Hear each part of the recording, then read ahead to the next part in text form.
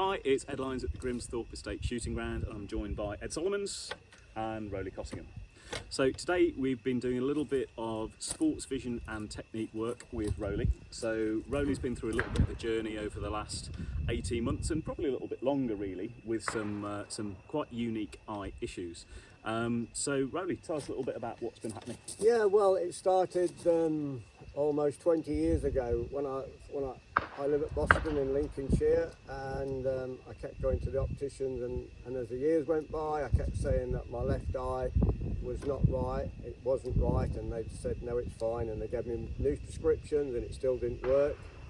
And then, cut a long story short, 18 months ago now, yeah, I went, I see Ed's things in the shooting books, so I made an appointment and I see him a year last January, just before the lockdown, and told him what the problem was, and I sat in the chair, and then we did a little bit of chatting, and then after that, after about half an hour, went into this other room, and he's put me on these machines, and then he went out the room, and this girl came and worked this machine, and then he came back, and he'd got two what's the word? Scans. Two scans on the wall, and he came back to me and he says, Roly, I'm not only going to tell you what's up with your eye, I said I'm going to show you. And I said to him, that is absolutely spot on. And my left eye obviously was way out the equation, and then he said if I didn't have this operation I would go blind. And then he then recommended me to this surgeon man called Mr Balaggan, who was an absolute wonderful man, and I had it done last August bank holiday Saturday, a year ago as now. And then I went and got these glasses, that's why I put them on. Ed made these because I couldn't see orange glaze and all the rest of it. And then I went back to see him. When did I go back to see you? Oh, probably a couple of months ago now. Yeah, 2 months ago. And I said, you know, still got a problem, whatever.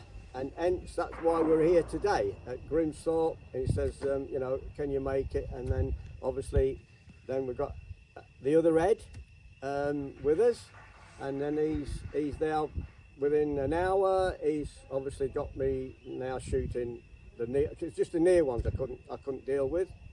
And then Ed Solomons, he came, and within like 10 minutes he sorted me out, and then we went on a few stands, and hence that's why I'm sat here, and I'm a different man now. I've been shooting a long while. I'm not whatever, but I just couldn't deal with the close ones, and between them.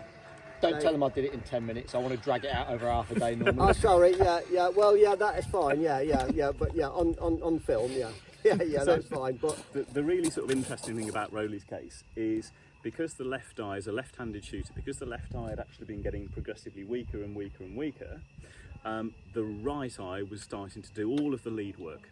So you're learning the sight picture off your left shoulder, but purely from the right eye. And the condition that we found was a progressive retinal disorder that we only managed to pick up by using the OCT scanning machine.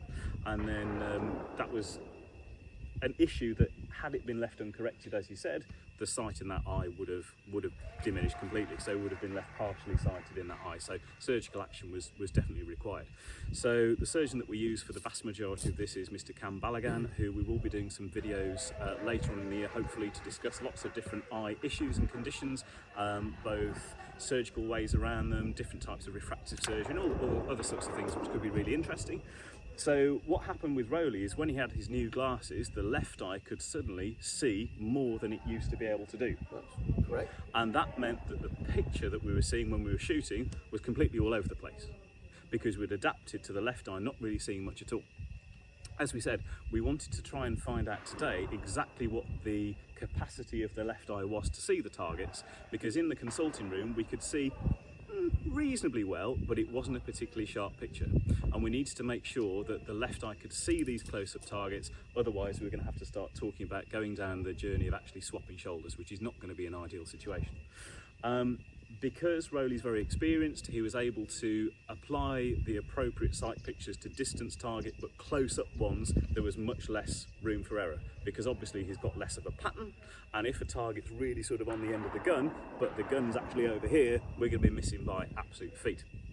So the purpose of today was to see if this eye, now that it's been fixed, is it good enough to continue staying as a left-handed, left-eyed shooter? And this is where Ed comes in, because obviously when we change something as fundamental as vision, we then need to make sure that all of the technique side of things are approached accurately. So over to Ed to have a bit of a chat about what we did from a technique perspective and how we ended up.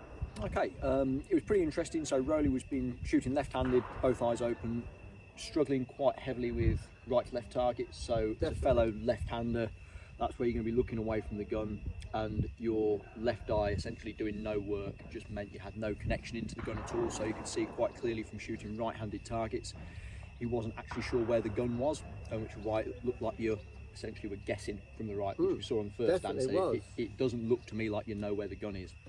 So the first thing we looked at doing was actually saying, okay, as an experiment, let's close the right eye off completely, just work with the left eye and see if we can actually get you understanding a bit more of a sensible sight picture, which thankfully, due to Mr Lyons's glasses and prior work, has worked out pretty well.